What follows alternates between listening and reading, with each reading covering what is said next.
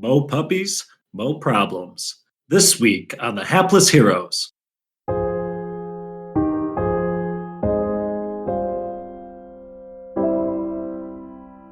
There is plenty of leather aboard this ship to get the job done.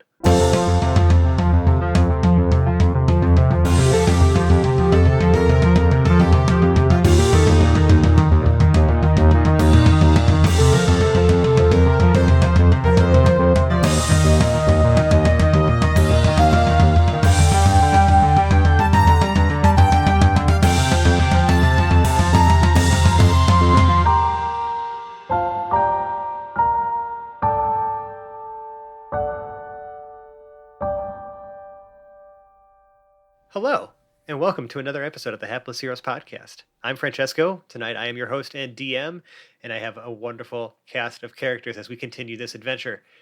To my virtual left, we have Dave as Zero, Valen's Avatar of War. Good evening. Mike as Lord and Captain Quinn Southwind. Do-do-do. Do-do-do. Do-do-do-do. I just want to sleep! Nicole as Boris the Butcher. I'm gonna love you and hug you and squeeze you and kiss you. Rough. Phil as Hedrick the Entertainer. Can you do any tricks? And John as Lord Jarrell the Light. Hans, I'm going to go take a nap. Zero's going to watch over you. Good luck with the dragons. So, last time on the show, there's just a whole lot of things happening on the Oberstar. Just the events won't stop. So those lights that were on the horizon, you guys ended up discovering were actually not bad. It was the Omega Project, finding a way to kind of meet you in, on your journey while you guys were actually stopped for the night. And they delivered some presents from Omnius, the scientist we met a few episodes back, played by, one of our Patreon donors, Joe. Had some additional parting gifts that he wanted to make sure were delivered to you post-haste to aid you in, apparently the coming battle. You guys are on your way to Ardwall, which, is currently housing the Summit of the Southern Kingdoms, where all the world leaders have been gathering, and now it's under attack by forces unknown. You also have a pair of dragons, little baby dragons, little hatchlings on your ship that you're trying to train unsuccessfully. And now Boris is the proud new owner of a tiny mechanical hellhound puppy named And we've kind of, are opening up into day 2 now of our journey at sea.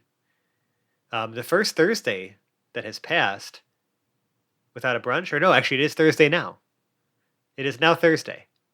Fantastic. I think I'd like to resolve how I handled the dragons on the overnight, and I feel like this is a great spot for me to fail an animal handling check. This is a good time for that. So, during the overnight shift, everyone else is sleeping besides you and Hans. Well, you're trying to help Hans actually get a good night's sleep because I believe you do have compassion for human beings, at least some. Yeah, maybe. Let's see that animal handling check. Yeah, I have claimed to be the world's greatest. Dragon trainer? Handler. Dragon handler. Yes. Go for it. So my animal handling, which gets a 0 added to it, I get a whole 6 on the die. All right. So you managed to distract the dragons from Hans. However, not maybe in the way that you intended. I think that maybe your efforts were can you just describe to me some of the efforts, right? Like where you're trying to trying to get them to settle down, or just how are you trying to distract them? Oh, in lots of ways that I would have observed from maybe human mothers trying to be soothing to babies, but done in, a really awkward and stilted fashion, trying Perfect. to rock them, but in a very painfully awkward way, and something that would work for a dragon anymore. Exactly. So that painfully awkward way is also physically painful because these dragons are nibbling away at the wood that is part of like your how you are fabricated. You're not just metal. And they're like chewing on it, and like every now and again one like kind of digs its like tiny little head in a little like in between like a little crevice and starts messing with some of the internals, and then you have to like pull it out. So it is a thankfully you don't have to sleep, but it is a uncomfortable several hours as you are just mishandling these dragons. I mean, listen, you've done a great job distracting them, but they are wreaking havoc on your body. In fact, you know what? We'll just take some nominal piercing damage here to start the day.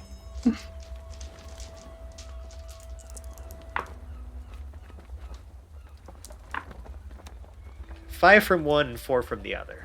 I'm going to go ahead and assume that the temporary hit points that are sitting on my character sheet are probably not still valid. They are. It's not. They don't go away when you rest. Okay. I don't believe. It's just until they go away. All right. Well- I'll just take it off the top of that then.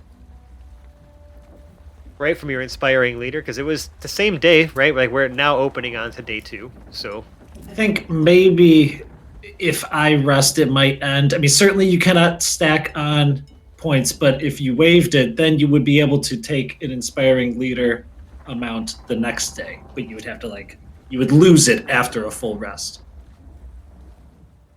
whatever. Start the day, just burn away the temporary HP.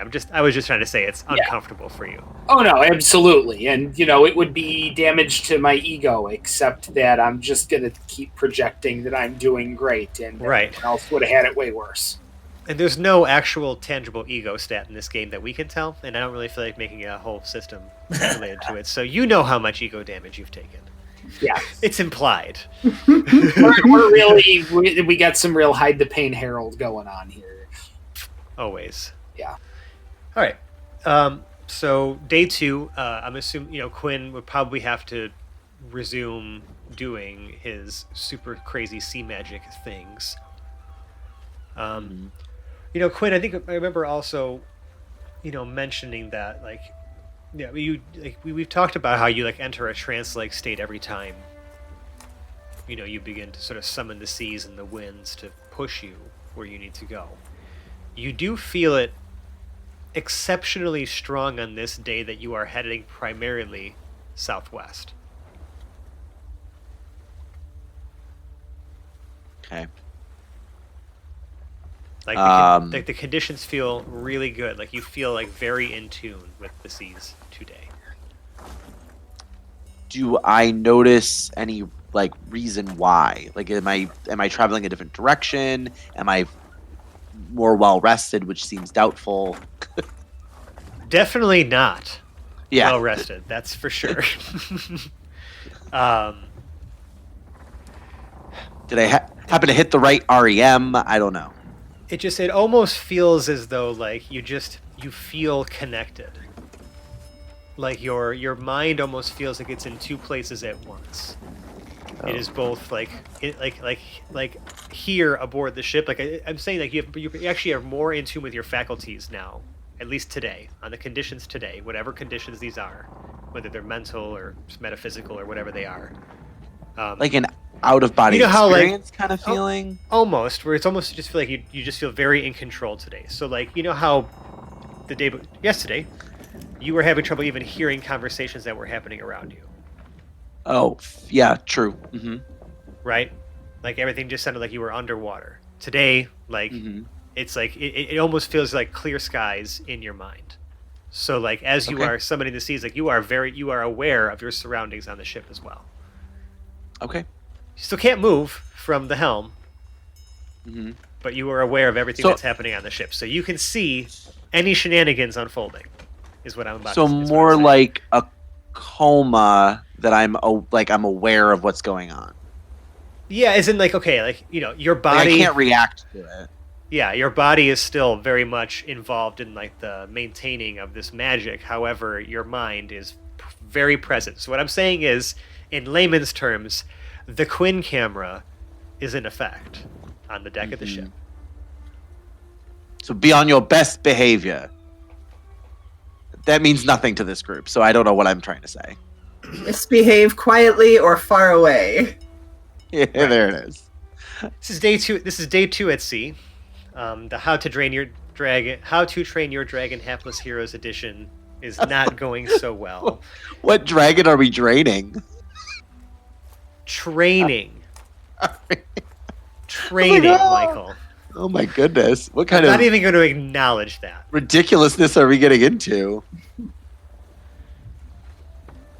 I don't know. I mean, our usual, I guess, right? So I don't want to like dwell too much on like the fiddle faddle of like what we of like the days at sea, because sometimes sea travel really it just is like kind of boring. It's just we got to maintain the ship and we got to make sure that no one falls overboard and that the dragons don't tear the shit up. So we're just gonna kind of do a few things here.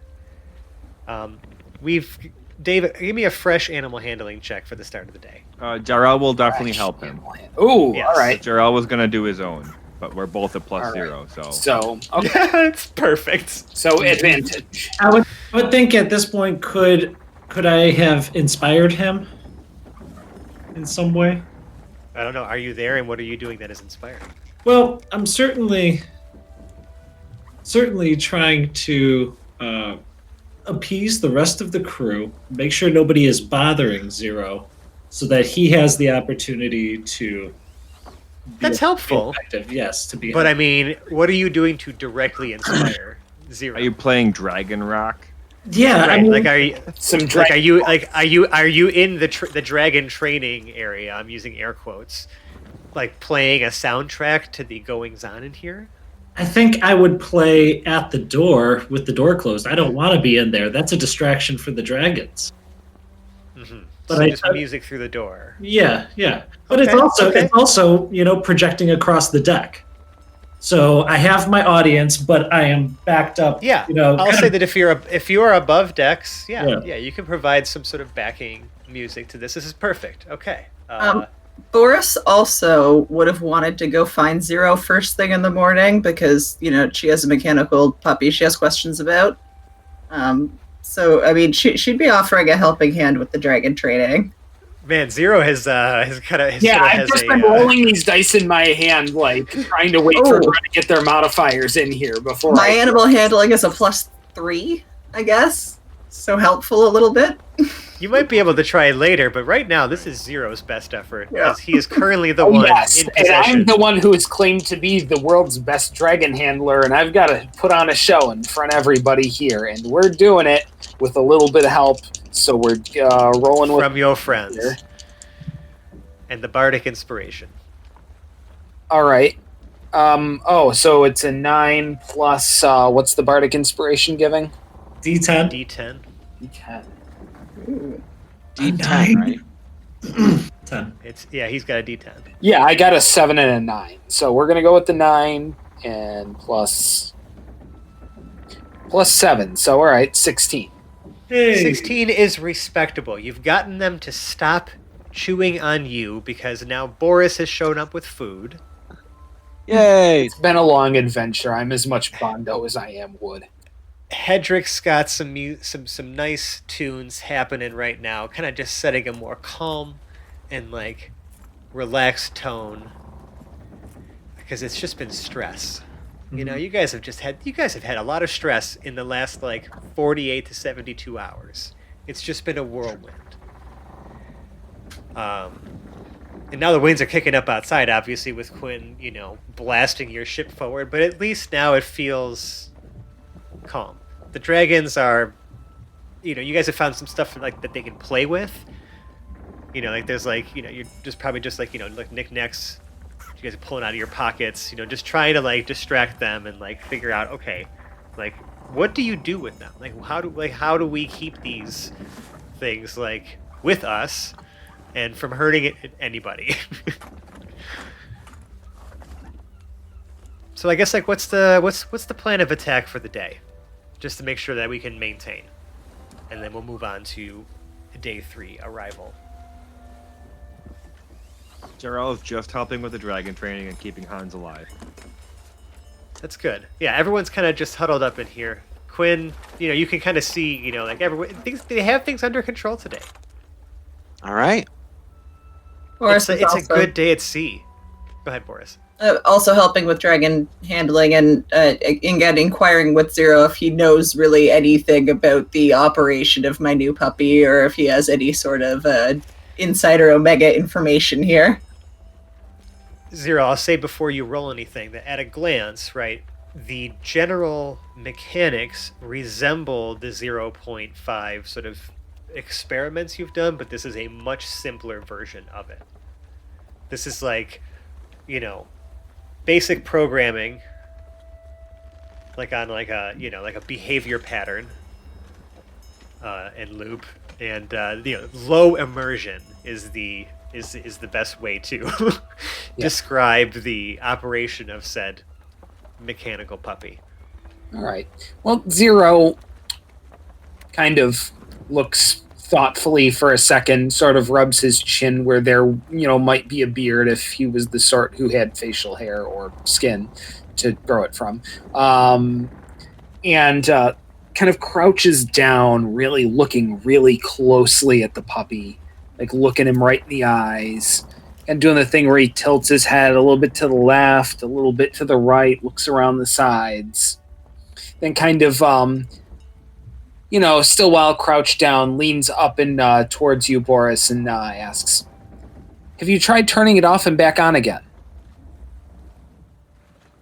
I can turn it off?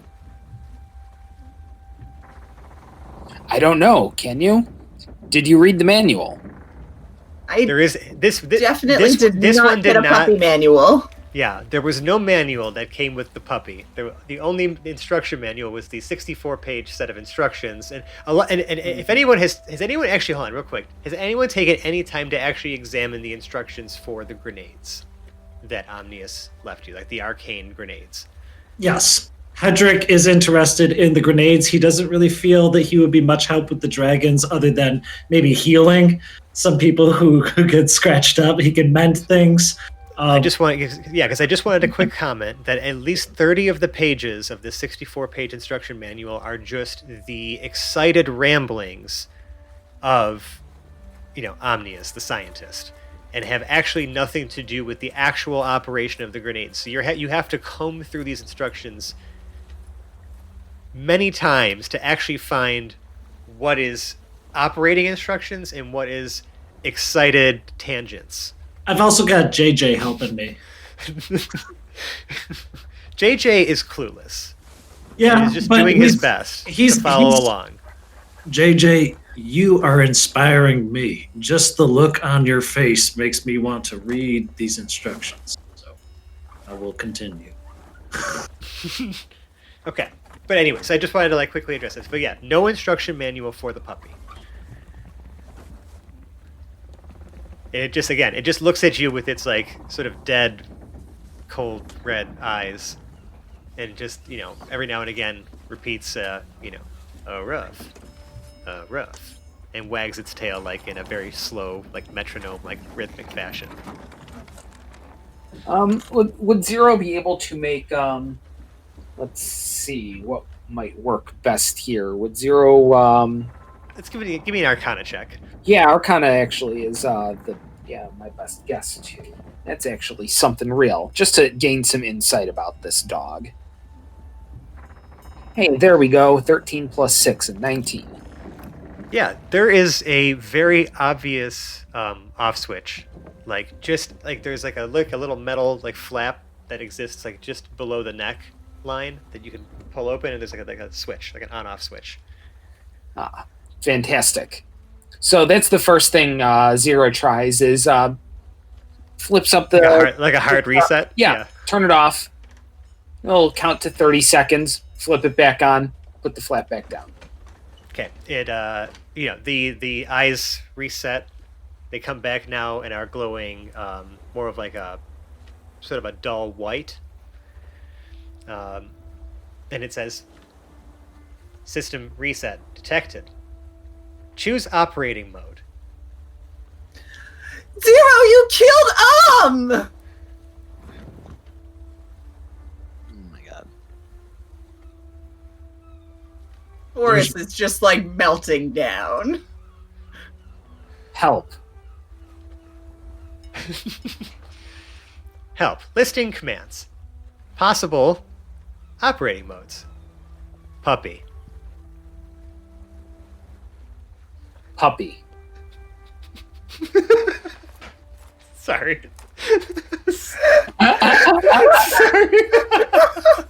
Oh, so excited. I love the joke, but I thought you were going to be like fully sentient dog. But now, just I was just going through the menus to see if there was a restore from last save or something. Just puppy. So that's definitely I cracked myself with that one. I'm sorry. that's so Omega Project. It's gonna be overly complicated for just one option. Exactly. I'm so glad you get the spirit of it. Okay, all right, perfect. Whew. Usa. All right, so it hears you say the command puppy. And it says, oh, roof. Owner detected, and it looks at you, Boris. Please state name.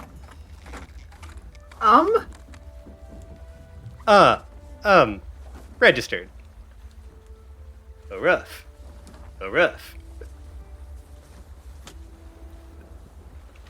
Close enough, I'll take it. She goes and runs up and snuggles him. Him, her, it. Whatever you Mechanical, right? It's a robot. It's whatever you want it to be. Is a pretty gender neutral name. So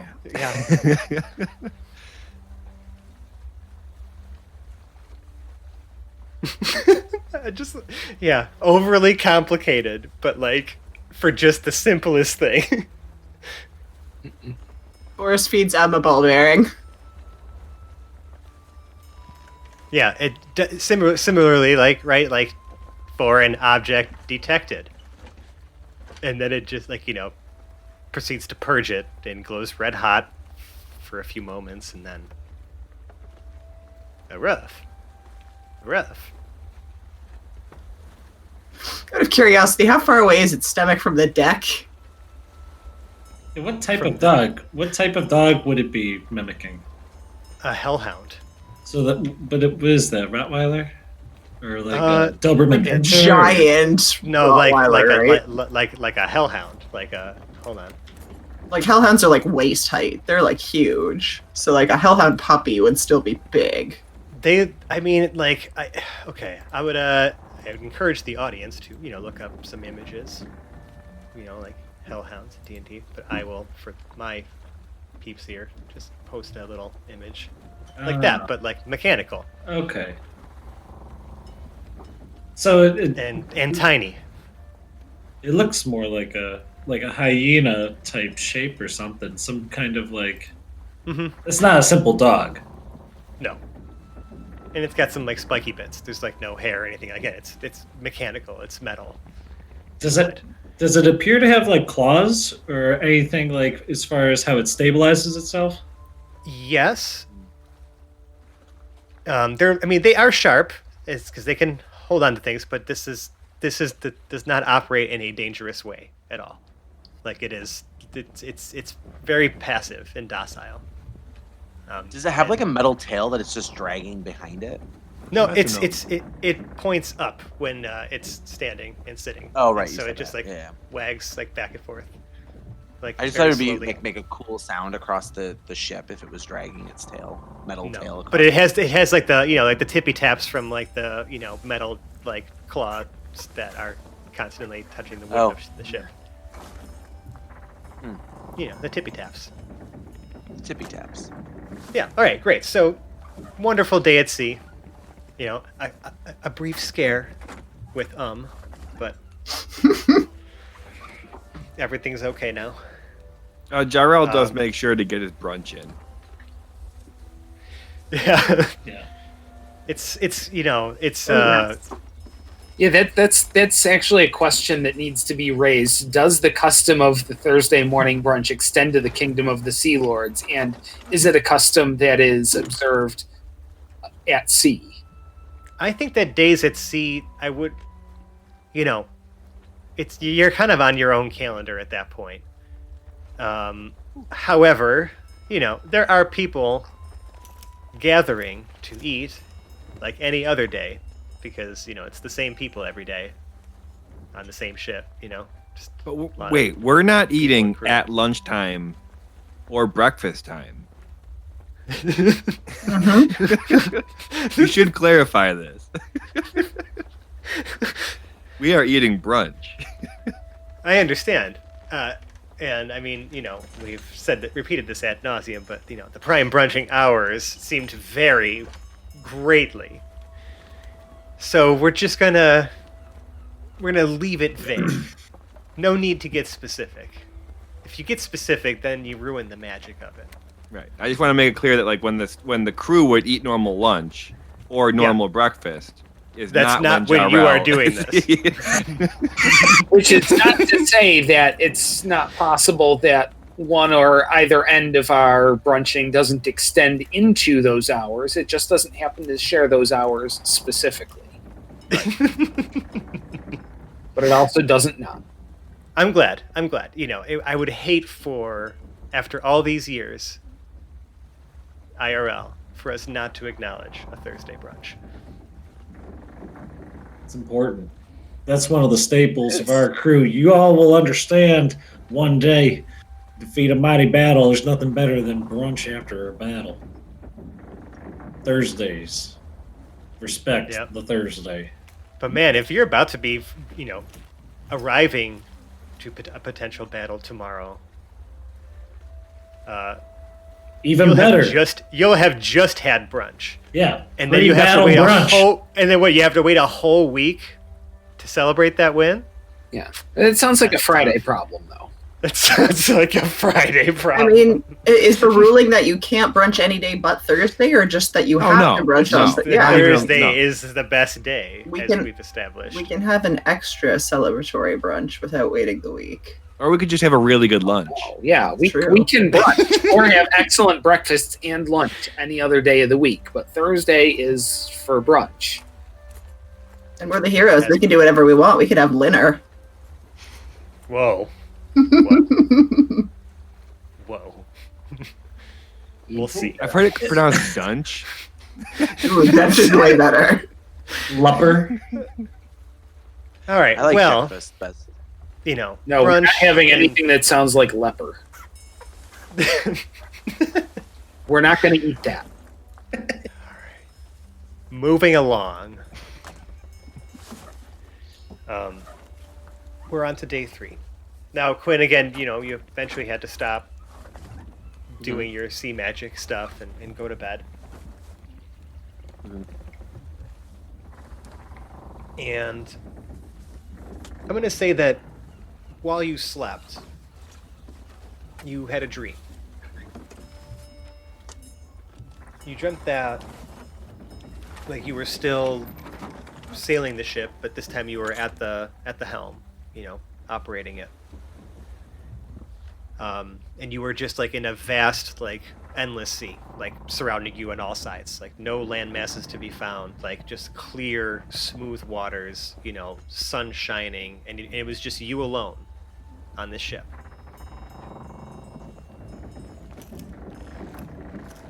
Sounds heavenly. And it felt like when you wake up, though, it almost felt like you were, like, you definitely felt like you slept, but you felt like you've been awake the whole time. It's almost like as if you were like existing like somewhere else, and you were doing that, like you yourself. Like you're having a hard time distinguishing like if that was real or if that was just like a lucid dream. Mm-hmm. Was there a top spinning? No. This isn't like fucking Inception shit, dude. Like, did I like, spin a like, top? They already during like the dream? it's already been done, man. We are pioneering new ways to tell stories here. Okay, like we only do original stuff. Okay, we don't rip anything off. Steal from way more obscure shit. Of course we do. Everyone does. Right, exactly. I guess there's really no way to shake that feeling. Yeah, you just kind of like carrying that into like the day. Just an interesting, Yeah. like Almost like a deja vu feeling. yeah, very much so. Okay. Mhm. I would say that I eat something hearty since I probably won't stop much to eat during the day like I did Mhm. yesterday. So I eat something and then prepare myself to do my thing. Yep, and it's a foggy day at sea today. Mm. Your mind is still, I would say, not foggy. You still kind of have a general awareness as you're, beginning to summon the seas again and the winds to, push you guys now northwest up towards Ardwall.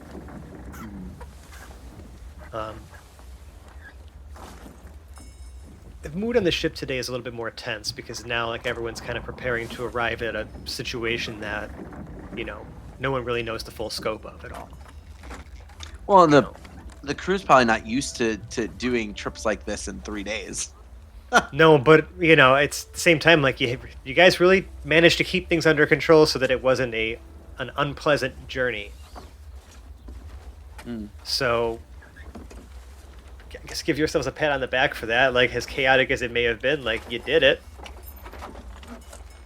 That feels like a setup. Okay, continue. Excuse me. I'm just stating facts. Mhm. You did good. Good. So now, you guys are we're looking at probably hours away from arriving, at least within viewing distance of Ardwall. Now, mind you, the sight lines are a little bit lower, right? Visibility distance is a lot lower because it is a bit foggy at sea. And cloudy. Especially as the day goes on, right? The clouds kind of lift off of the sea and just start blocking out the sunlight. It's not raining. There's not really a storm brewing. It's just a little darker and kind of hard to see out too far. Is anyone doing anything to prepare for, potential, hostile encounter here, or you guys you have a general idea of what you're about to walk into or sail into, but I guess I'm curious if there's any preparations that anyone wanted to do now that we're kind of shifting away from, ooh, hey, let's train our dragons and have a nice time at sea, to, oh fuck, right, some shit's going down and we're about to hit it. Hedrick would like to know, did he ascertain anything from the instructions? Does he know how to operate these grenades? So there is a series of, because of the fact that these are highly explosive things, there are a series of safeties that have to be disengaged in order for it to be thrown. So you just have to know the sequence of moving a few of the parts that stick out of them, because they're not perfectly spherical. There's little almost think of a depth charges, how they have some of the pokey bits out. Yep. But those are mechanically set so that if you move them around, you can engage it to be active. And you can also turn them off, disable them. Like a thermal detonator. Yeah. Because she's holding a thermal detonator.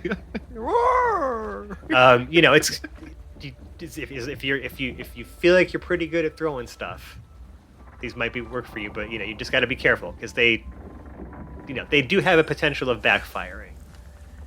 Well, I'll say Hedrick, Jarrell's really good at throwing things.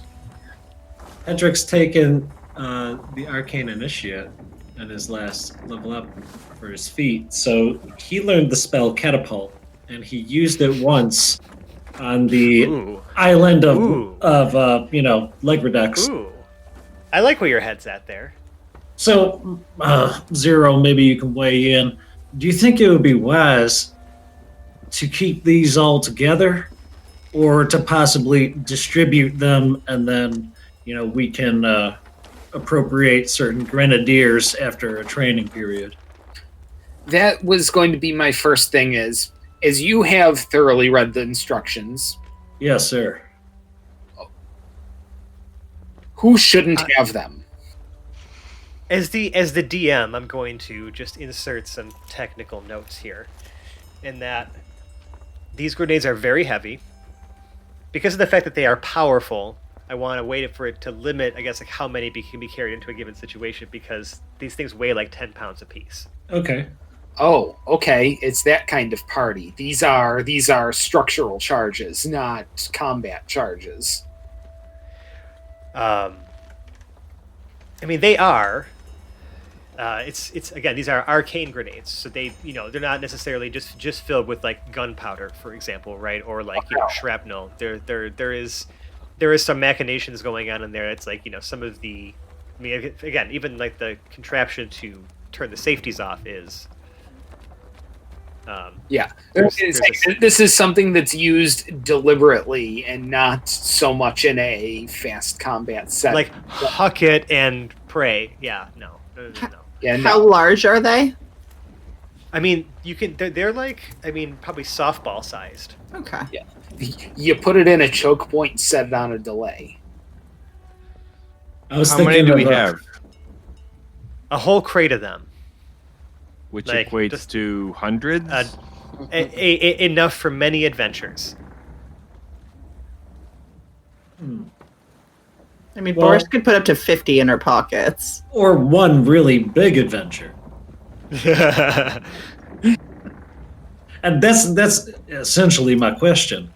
I mean, you could essentially shot put one of these things. You know what I mean? Yeah.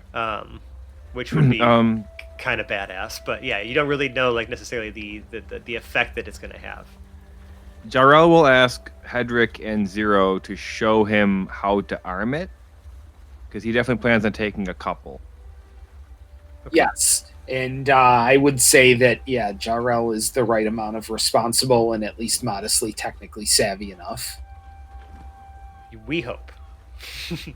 Boris will offer to carry a couple in her pockets and promises not to even learn how to turn them on. I still don't know if that's a good idea. To be fair, I feel like she can be trusted for that, but not for the reasons she's professing. Is there a timer? Is there a delay? There is. And if you, again, scanning further through the instructions, there are ways to set variable timers based on, the sequence in which you move some of the legs of it around. So they can vary from a 5-second timer in increments of 5 up to a minute. Okay. The instruction manual strictly says if you need more than a minute to blow something up, you're doing it wrong. So that's why they only go up to that. When Zero reads that line, he scoffs audibly and says, "If you need less than a minute to get out of the effective range, the blast wasn't big enough." Nice. Zero, your insight is invaluable. There's also a few other notes in there that says, each grenade was made not the same. They are all lovingly handcrafted and handmade, every single one of them. So there's quirks and potentially different effects. This is all one big experiment, so use with gleeful caution. The planet's biggest mom and pop science shop. I mean, kinda.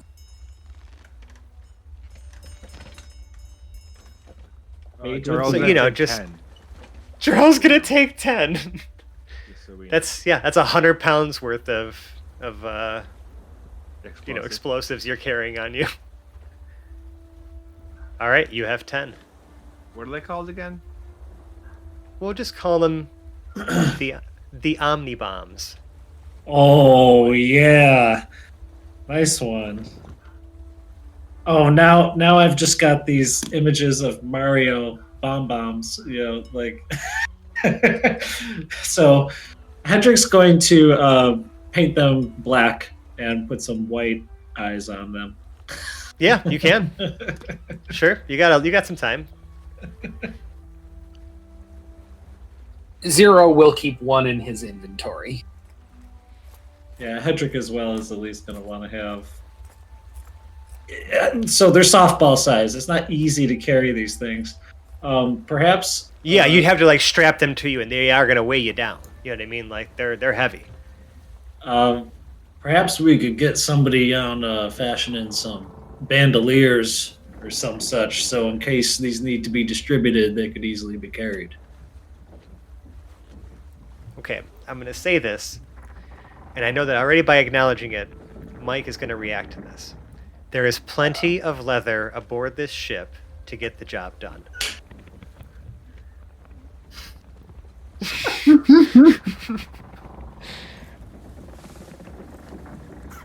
I refuse to react. You refuse to react. Well, you tried. I did. He tried to refuse to react. Yes. Yeah, the expression. Which, in essence, I reacted. Right. I didn't. So, yes, I didn't you're able react for the podcast. Yes. So you. So you're. Excuse me.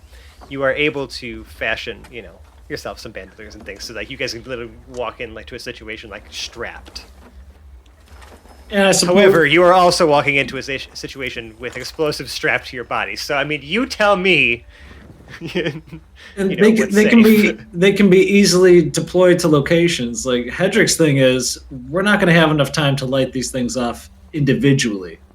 If we're going to use them to an effective point, we want to be able to get it to the spot and then remote detonate. That's a big punch. You have the opportunity. That's a big punch. Well, you don't know. You have no idea what one of these things can do. You've actually never seen one in action. I think we need to test one. Zero, you're a man of science. Tell me, what do you believe would be a safe range to fire one of these babies off? Well, they give a setting for 5 seconds, and now one has to wonder how quickly you could propel this in 5 seconds or run away from it in 5 seconds. Then also keep in mind that the people who made this have absolutely no regard for their own life, health, well-being, or safety. So make it 30.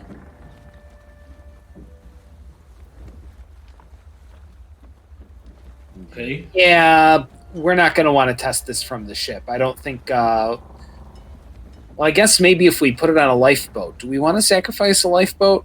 I feel like that's the sort of thing we might need. In the pursuit of science? I mean, sacrifices must be made, and it's always best when the sacrifice isn't, personal. There's you'll have to probably clear that with the captain. Hedrick pulls out his loot and he says, Zero, I could fling that thing about 180 feet. I was going to give it a significantly more than 180 feet. Okay. Just saying that I'm really looking forward to seeing this. Yeah. So How many lifeboats do we have? On a ship this size, there are many. it's that or find some jetsam to attach it to. Do we have any floatable debris? There's plenty of like barrels. There's probably even I don't know if you wanted to take an empty barrel to the Actually, the shit in that's in the well, there we lower decks. I have exactly my idea then. Zero will have someone fetch an empty barrel from below decks. Mm-hmm. We are going to put the bomb in this, and we will be setting it for 1 minute. But we want to put this near the stern of the ship, and we're going to attach a rope to the barrel. And once we push the barrel off. We set the timer for a minute, push the barrel off, let it go as far back behind us as possible, and let that rope run out until the minute goes off and it detonates. Would it be best for me to perhaps use my power to get us as far away from it as possible. Yeah, you're gonna jump this overboard, and you're just gonna zip right by it anyways. So like Right. you'll be putting yourself plenty of distance between yourselves and. Oh, because I'm already barrel. still using my power now, Yeah, right? Yeah. Like you guys Okay, are already all right. cruising. You guys are already cruising. So I'm not really okay. All right, I'm lucid. I know what's going on, but I'm not necessarily reacting. You can, yeah, and people can ask you and talk to you. Like you can, like you don't have to have a translator, you know. So I or a can buffer. respond, Yes, if Okay. people are coming to you with this information. which I don't know if they actually are. No, we probably would have just said something like, "It's what he would have wanted." Or maybe even just like a, hey, you know, just don't stop the ship for any reason at all. Please don't stop. Please keep going as far away from wherever This would we be. drop This this feels thing. like a great time to take a break. Don't worry about us. We're just dropping munitions off the back of the boat. You keep doing what you're doing. Right, so yeah, Wanted. Boris, still authoritatively wearing the captain's jacket, says, I believe that we should do this. All right. So yeah, you guys are able to set up the whole situation. So it's now come time to like, you know, arm the actual omnibomb. Yeah. So you know you twist the, you know, all the things that are jutting out of it in like a certain way. It's almost like a little puzzle box, you know. Yeah, it felt like it was going to be a glorified game of Bop It. Yep. And then as soon as you know finish the sequence for the 1 minute option, it says that out loud. It says 1 minute option selected. Activate protocol YOLO. Please clear the area. And yeah, push it in the barrel. Push the barrel off the back of the ship. Okay, and I mean, you zip far away from it. I mean, again, you guys are traveling at a pretty crazy clip. Also, the wake from the ship pushes it further out to sea. And after a minute, what appears to be almost like a small thermonuclear device detonates undersea, and a huge plume of water and fire emerge from the sea. How tall is this blast? It takes a moment because Quinn is traveling very fast, but then there is a concussive, like you know, like shockwave that hits the ship. And Quinn, like you kind of feel like, you know, whoa, okay, like something's like knocking us a little off course here. And a huge tidal wave now is like kind of swelling.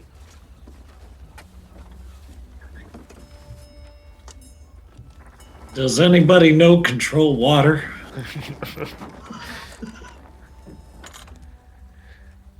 No, but I'm absolutely certain that at least one of the sailors here will fail on that check by the time that wave hits us. What about the flagship? Like, that's just way behind us. That's way behind you guys. That's Well- way behind you guys. Hopefully that's not anywhere, like it'll run out before it hits that, but... Why would are you telling me they put a 5-second timer on that's- I'm just gonna highlight one more time for you that when you clicked it, it said out loud, 1 minute option selected. Activate protocol YOLO. And YOLO. one might infer that depending on the timing you set would dictate the actual area of effect. Is that in the book anywhere? Sure, Does it say that in the book, or are we just inferring that? You kind of have to read between the lines for that one.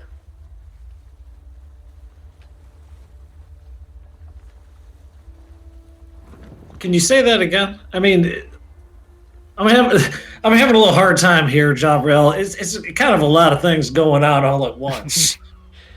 And again, it's scattered throughout the instruction manual. Well, Hedrick did his best to try to categorize notes. So he's been taking like pieces of string and like trying to like stick them into these pages, you know, like around, like creating a diagram that he can decipher this. I've confirmed there is no Carol in HR, but this is still a little perplexing.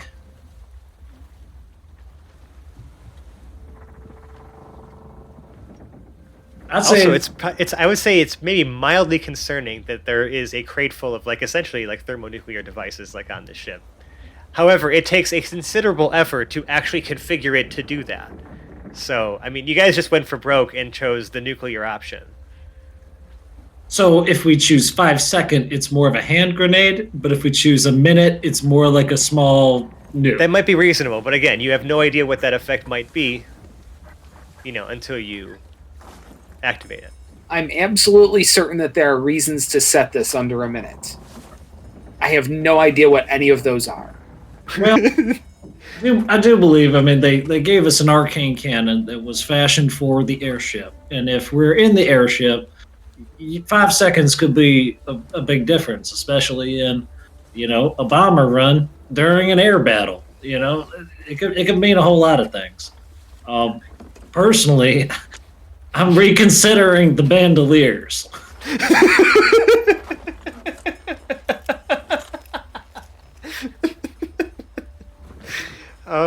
It's one way to put it. Well, once you get to a bomb that size strapped to your chest, there's functionally no difference between 1 and 10. YOLO. But again, I mean, you set that for the maximum, right? The minute option. Yes. So, I mean, if there is further experimentation, you might be able to see what some of the other effects are. However, if we are just assuming that no matter what you set it to, it's just going to blow up like that, then I guess we're done for the day, because we're getting close to time to arriving at Ardwall. Zero would be willing to experiment on more of these, but he is decidedly less enthusiastic upon the implication that they would be less impressive explosions after that. I think it's only right. These were a gift. Now, we don't have to go through every 5 second equation, because who knows how these things are actually going to operate. But we went to one extreme. I vote we could at least do one more in the opposite extreme. Now, with 5 seconds, you're correct. And there is a part of me that desperately wants to see this through for scientific rigor. But on the other hand, well, you can take the robot out of Kelnor, but I guess you can't take the Kelnor out of the robot. Yeah, that's a whole lot of gobbledygook to me. I'm just a simpleton, Zero. You're gonna have to. I ain't a scientist. Speak English or common or whatever. Most of the island has been a desert since before we had records, but if it weren't, it would be by now anyway. Well, you Zero certainly. leans in really close. We blow things up. Quinn, I'm gonna go ahead just really quick. I have to interrupt this discussion now and experimentation session with. As you guys are getting closer to your destination, Quinn, you can feel that the seas feel different. Like where it's been smooth sailing and you've been very in control. Now like something feels off about the water itself. Like it's tainted. Ew. You're having a hard time focusing. So do I feel it like in my body? Do I feel it just in my head? It's almost like a tingle, this discomfort that kind of creeps its way like up like through your spine. You know what I mean? Like just like you just feel like that chill. Like an anxiety almost. Anxiety, like something is wrong. Something is not like it's not like that natural feeling that you had before. Ship actually slows down a little bit. Because of me, or just because of the feeling? It just kind of, I guess, like the combination of all of it. You guys are still making a, again, incredible pace, but you've slowed down a little bit just because of this this odd feeling you have. Like, you know how I was talking earlier about how you felt this like tremendous connection, almost like as if you were like living in two places at once. You know what I mean? Like just like this is now like the complete opposite. Like it's just you feel like you've lost that connection to whatever that was, that feeling that you were like, kind of clinging to and just, in the zone with.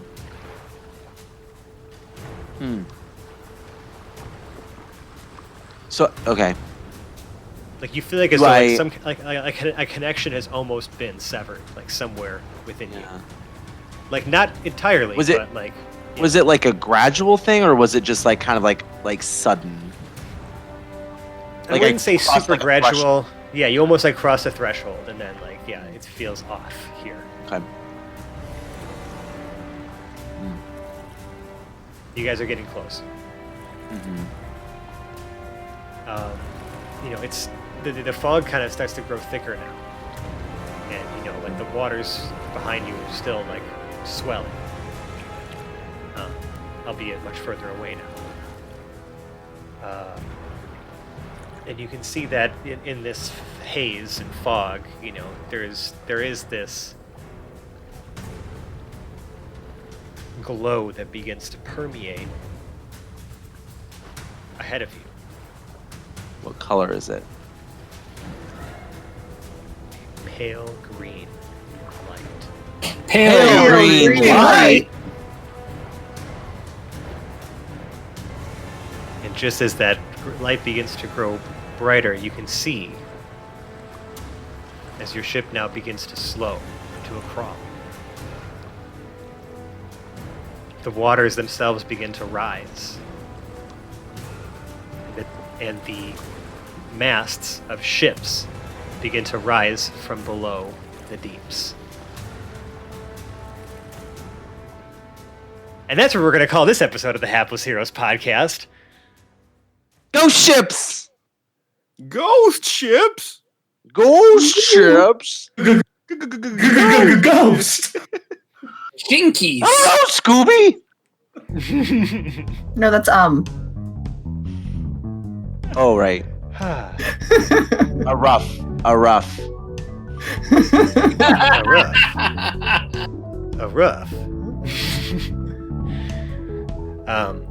If you like us, you could find us on the internet.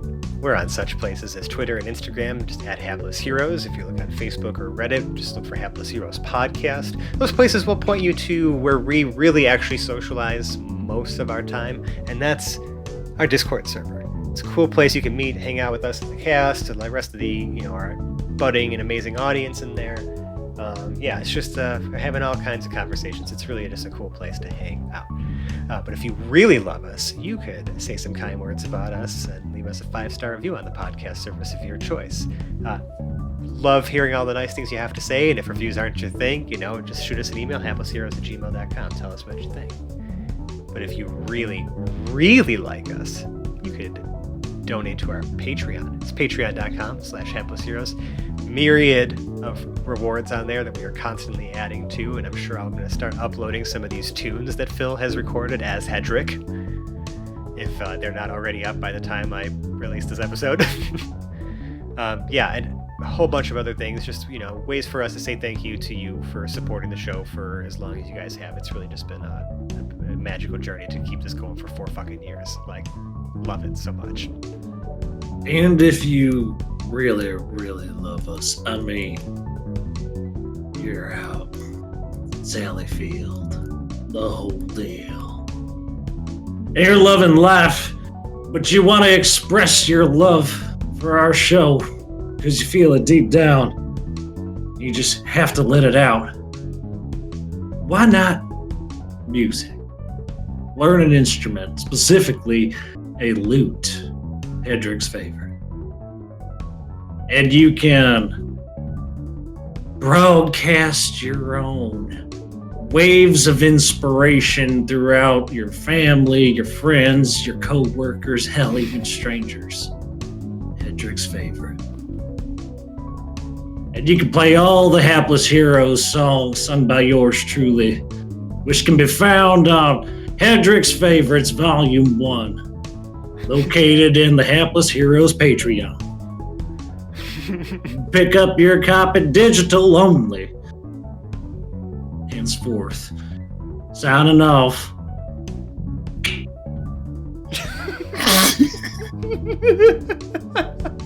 Wow. Oh, the in character, if you love us. Gotta love that shit. What started as an If You Love Us and ended as shameless self-promotion for your own album. It really was like, and that's like the most Hedrick thing you could possibly do. So that's like perfect. Well, I'm gonna go ahead now then and just do the last thing we really need to do here and outro this beautiful cast for you, starting on my virtual right +1 with Phil as Hedrick the Entertainer. Yeah, this is gonna get a bumpy ride real quick. Nicole as Boris the Butcher. Oh, maybe they're bringing me a ghost puppy. Mike as Lord and Captain Quinn Southwind. Ghost Pirates, not going to be good. Dave as Zero, Valen's Avatar of War. Good evening, everyone. And John as Lord Jarrell the Light. Until next time. And I'm Francesco. I've been your host and DM. Tune in next time for some crazy naval shenanigans. Bye-bye now. Bye. Goodbye. Bye.